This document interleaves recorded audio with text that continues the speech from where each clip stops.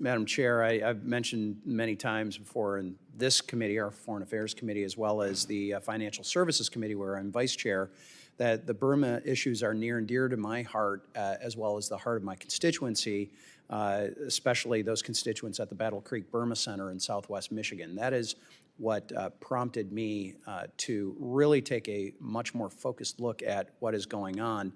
And year after year, I've heard their stories and their desire for an end to the violence perpetuated by the junta, and they want to promote an open and inclusive democratic system and return to a safe and stable and secure Burma. And I know that's the goal of a few of our guests that are here in the audience with us today. And without objection, Madam Chair, I'd like to submit for the record a letter addressed to this committee from more than 90 civil society organizations regarding the situation in Burma. They write in their letter, it went to both the House Foreign Affairs Committee as well as the Senate Foreign Relations Committee, quote, "Burma's military has always been and remains today the single greatest source of instability and economic destruction in the country," close quote.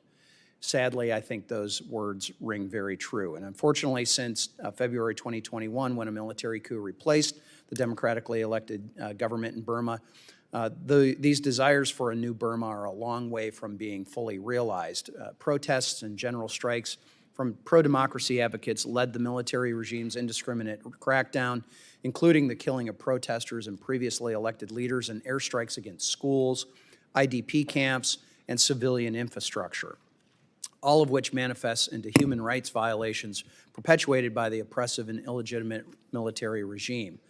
The civil war between the military junta and the ethnic resistance organizations rages on, wreaking havoc across the country.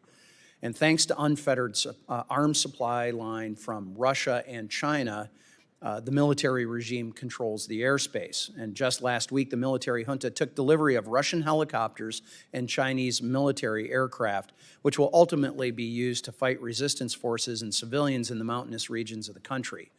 The junta's grasp on its territory has become so desperate, the junta activated mandatory conscription last year, forcibly recruiting Rohingya Muslims to fight on the regime's behalf or to use them as human shields, even as the regime has long persecuted the Rohingya themselves.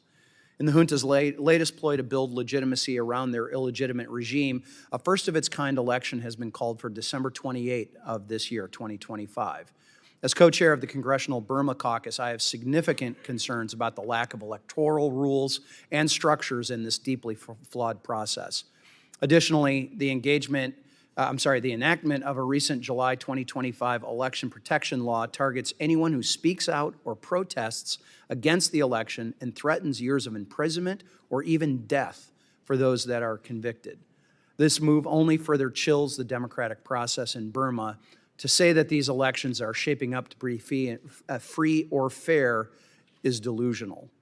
Moving forward, the United States' strong voice and stalwart leadership could have a lasting impact on the region. I've frankly been encouraged by the Trump administration's interest in the region, including multiple rounds of sanctions designated from Treasury targeting Burmese armed groups with links to scam compounds and a Burmese arms procurement network linked to North Korea. Additionally, since October, this administration has pledged over $130 million for the Rohingya refugee crisis and pushed 11 countries to increase their aid response to the Rohingya by more than 10%. In terms of assistance, the United States has provided more than a third of all aid to the Rohingya Humanitarian Crisis Joint Response Plan in 2025, more than double that of any nation. I see my time is running out. But I just want to add again, I'm encouraged to see the July 2025 Quad Summit joint statement on bringing much-needed international attention to the Burma crisis. More can and should be done by this administration and our global partners to stop the bleeding in Burma. So I look forward to our conversation today, and with that, I yield back.